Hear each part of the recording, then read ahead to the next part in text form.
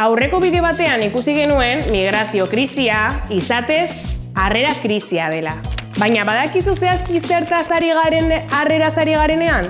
Harrera eskubidea eta betebeharra da, baina hemen ere guztiak ez du balio. Izan ere, maiz harrera egitean botere harremanak indartzen dira. Etorri den hori instrumentalizatu eta harrera egitea etekin ekonomikoa edota soziala lortzeko bidea izan daiteke. Eta ez, hori ez da harrera. Harrera ez da truke bat. Harrera justizia soziala eta aitortza da. Jarraitu baino lehen galdera bat egin nahi dizuet. Zure ustez bortzeaz leku aldatu behar izan duten guztiei egiten zaie harrera? Ba, asmatu duzu.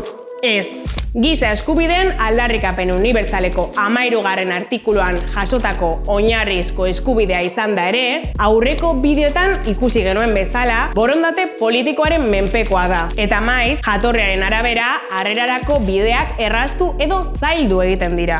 Orokorrean, harrera egiten duten horiek kriminalizatzeko joera dago. Zenbatetan blokeatu dute Aita Mari salbamendu ontzia. Zenbat izun eta arazo administratibo jarri ezkiete harrera egitea oztopatzeko. Eta nola ez, harreraz hitz egitean, zenbatetan esan digute egoera hain larria bada eta hainbeste kezkatzen bagaitu jendea guretzean hartzeko. Harrera ezin dugu zerbait individuala bezala ulertu, harrera justizia soziala da. Gainera, harrerak salbuespenetako kasuetan bakarrik eta denbora tarte mugatu batez izan behar duenaren ideia elikatu izan da.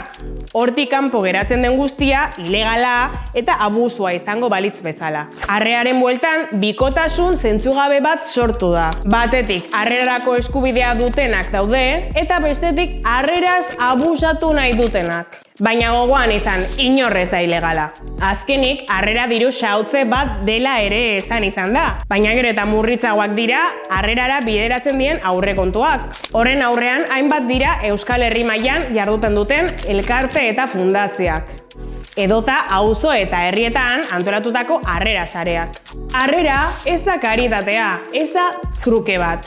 Esan bezala, migratzea bezala harrera eskubidea da. Guztiok dugu harrera duin eta integral baterako eskubidea. Eta guri dagokigu harrera herria izateko mekanismoak pentsatu, exigitu eta martxan jartzea. Eta iritsi gara nondik nora sailaren amaierara. Eskerrik asko guztiagatik, ondo ibili eta zaitik ez, hurren arte!